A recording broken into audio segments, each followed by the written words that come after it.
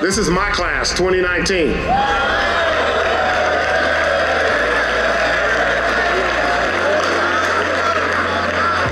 And my family is making a grant to eliminate their student loans.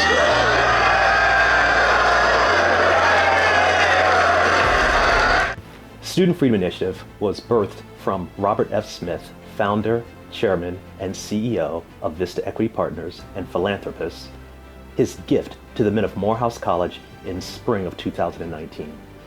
During that gift, he actually wanted to do something much more than simply pay off the student loans for the 400 men at Morehouse College. He wanted to actually address the wealth gap through the lens of education. I think in some ways the most valuable thing about the initiative is the fact that it asserts so strongly that people care about the students.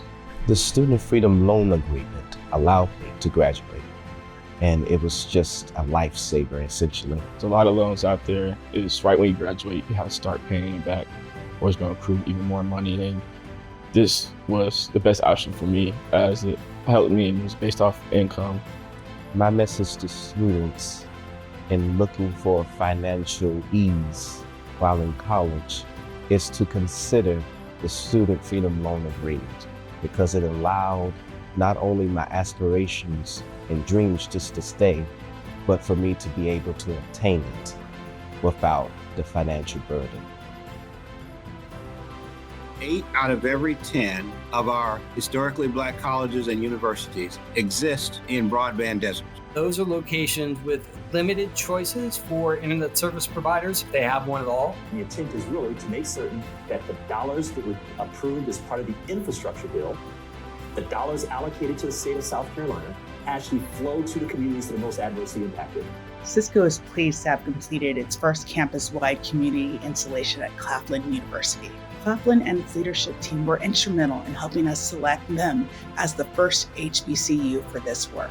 This has allowed us the opportunity to have access outside using the cellular network and 5G.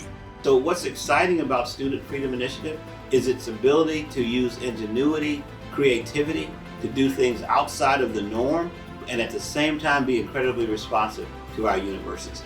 A lot of our HBCU presidents talked about infrastructure. They talked about the backlog and maintenance, older infrastructure, and how important it was for them to make progress.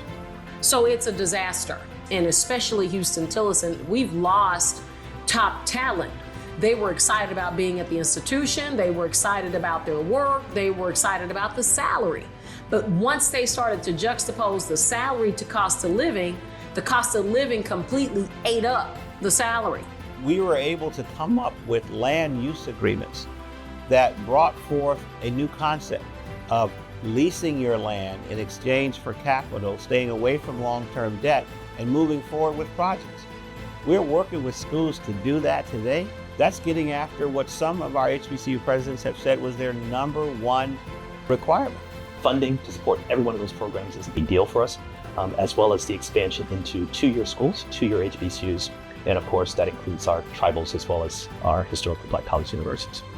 We can be reached on our website, studentfreedominitiative.org, and as well as all of our social media platforms. And we look forward to anyone who is interested in supporting the organization as we reduce the wealth gap through the lens of education.